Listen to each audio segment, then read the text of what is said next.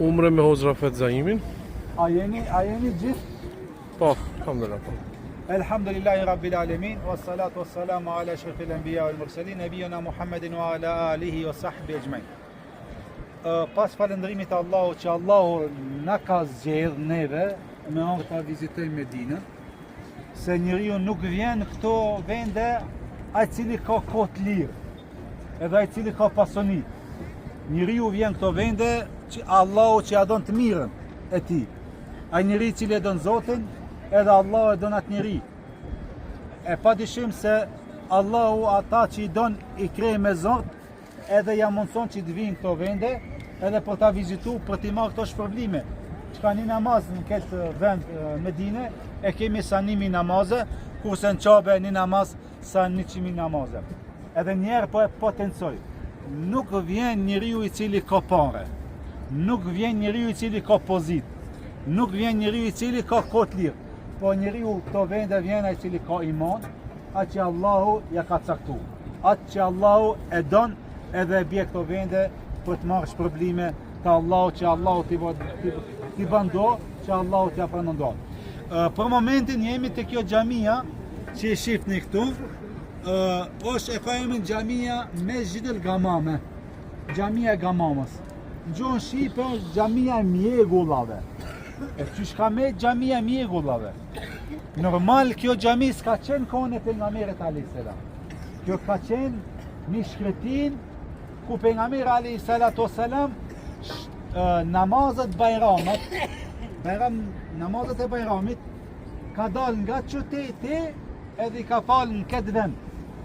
Namazet e Bajramit nga qyteti i kalon shtëpiat, ka dalë në shkretin, ka qenë shkretin e ka falë këtë vend. Namazi i shiut, kur ka dashur pejgamberi alayhis salam me lut Allahun që të veren këto vende shi, e shihni se ka fatësi të madhe. Edhe kur ka pas nevojë për me falë namazin e shiut, ka dalë në këtë vend dhe ka falë. Pastaj, namazin e Nejashiut, pejgamberi alayhis salam e ka falë në këtë vend, po kur e ka falë namazin e Bajramit, ka ardhur rasti ku mjegullat i kanë bërë hije pejgamberit alayhis salam, e nga ai momenti e kanë quajtur vendi i mjegullave. Pastaj në kohën masi ka vdekë pejgamberi është ndërtu një faltore, një xhami. Pastaj në kohën e Omar ibn Abdul Azizit janë ndërtu këto xhamia dhe kanë marrë formën në këtë mënyrë. Pastaj kanë ardhur edhe Osmanit, kur kanë ardhur Osmanit, edhe ata pastaj i kanë rindërtu xhamiat, këto xhamiat e vogla. Po a ka sevape më fal kur e kemi xhamin e pejgamberit alayhis salam, nuk ka sevape. Sevapi është te xhamia e pejgamberit i cili falet mas imamit. Pastaj është edhe xhamia e Abu Bekrit, që kjo e shif në xhamia e thënë xhamia Mesjid el Abu Bekr, edhe kjo edhe te ky vendi, sikur se pejgamberi alayhis salam i ka falë namazet e Bajramit në këtë vend. Abu Bekri si halife që ka qenë 2 vjetë disa muaj, me thënë i Bajramit i ka falë këtë vend. Mas vdekjes tij ja kanë ndërtu një xhami edhe e kanë quajtur xhamia e Abu Bekrit. Që këtu është një xhami tjetër, quhet xhamia Omerit, edhe pas është edhe xhamia Aliut radiallahu anhu. Edhe në këto vende, edhe Omeri si halife, edhe Aliu si halife, i kanë falë namazet e Bajramit.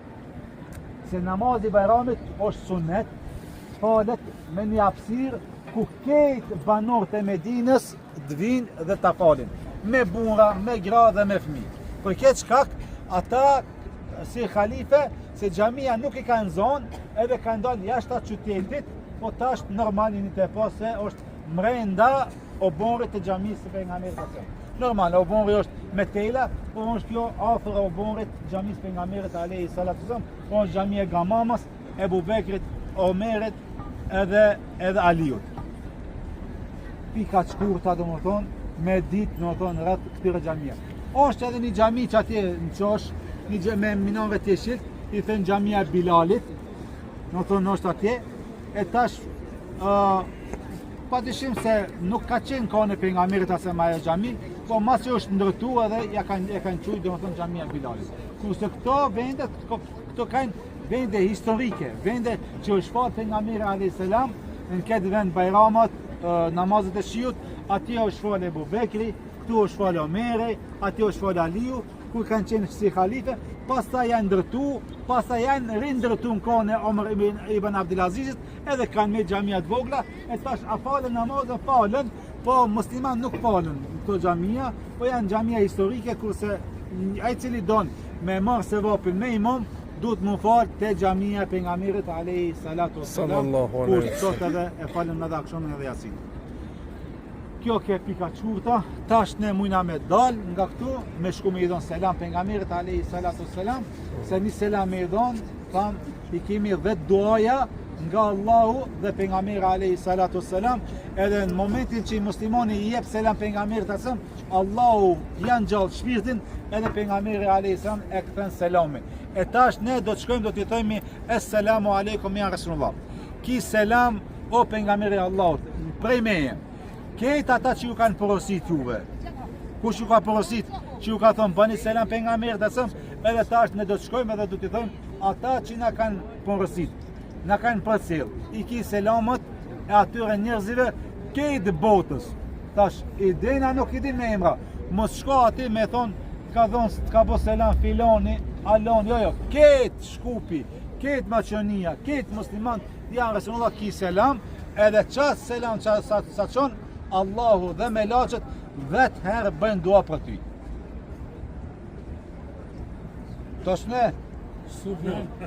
tash bismillah shkojmë edhe japë me selam, kurse gjatë kini me shku të 365,